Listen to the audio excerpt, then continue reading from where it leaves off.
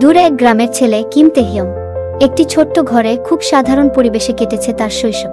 তার মা বাবা ছিলেন ব্যস্ত, তাই দাদু দাদির সঙ্গেই তার বড় হয়ে ওঠা। প্রতিদিন ভোরে সে দাদুর সঙ্গে মাঠে যেত, রোদ উঠার আগেই। মাঠের বাতাস, পাখির ডাক আর দাদুর হাসি, এই ছিল তার শৈশবের সঙ্গী। কিন্তু এই সাদামাটা জীবনের মাঝেও সে কিছু আলাদা স্বপ্ন দেখত। সে চাইতো গান গাইতে, বাজাতে, মঞ্চে দাঁড়াতে। স্কুলে যখন ট্রাম্পেট বাজাত, সবাই মুগ্ধ হয়ে তাকিয়ে থাকত। তার চেহারায় তখন ভেসে উঠত এক ধরনের আত্মবিশ্বাস, যা বয়সের তুলনায় অনেক বড় ছিল। একদিন বন্ধুর সঙ্গে গেল একটি অডিশনে, বিগ হিট কোম্পানিতে। তেজম নিজে অডিশন দিতে যায়নি, কিন্তু এক স্টাফ তাকে দেখে বলল, তুমি কি গান গাও? একটা অডিশন দাও না গিয়ে। এই ছোট্ট কথাটাই বদলে দিল তার ভবিষ্যৎ।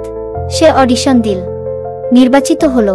শুরু হলো কঠোর পরিশ্রম, শত শত ঘন্টা অনুশীলন। দিনের পর দিন কেটেছে নাচ, গান আর শেখার মাঝে।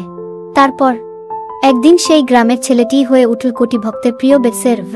মঞ্চে যখন সে দাঁড়ায়, আলো ঝলমলে চারপাশ। কিন্তু তেজমের চোখে তখনও লুকিয়ে থাকে গ্রামের সেই সকালের আলো, দাদুর মুখ, সেই মাঠের বাতাস। ভক্তদের চিঠি পড়ে সে বলে, আমি চাই আমার কণ্ঠ মানুষকে শান্তি দিক। আমার গান যদি কারো মন ভালো করতে পারে, তাহলেই আমার স্বপ্ন পূর্ণ হোক।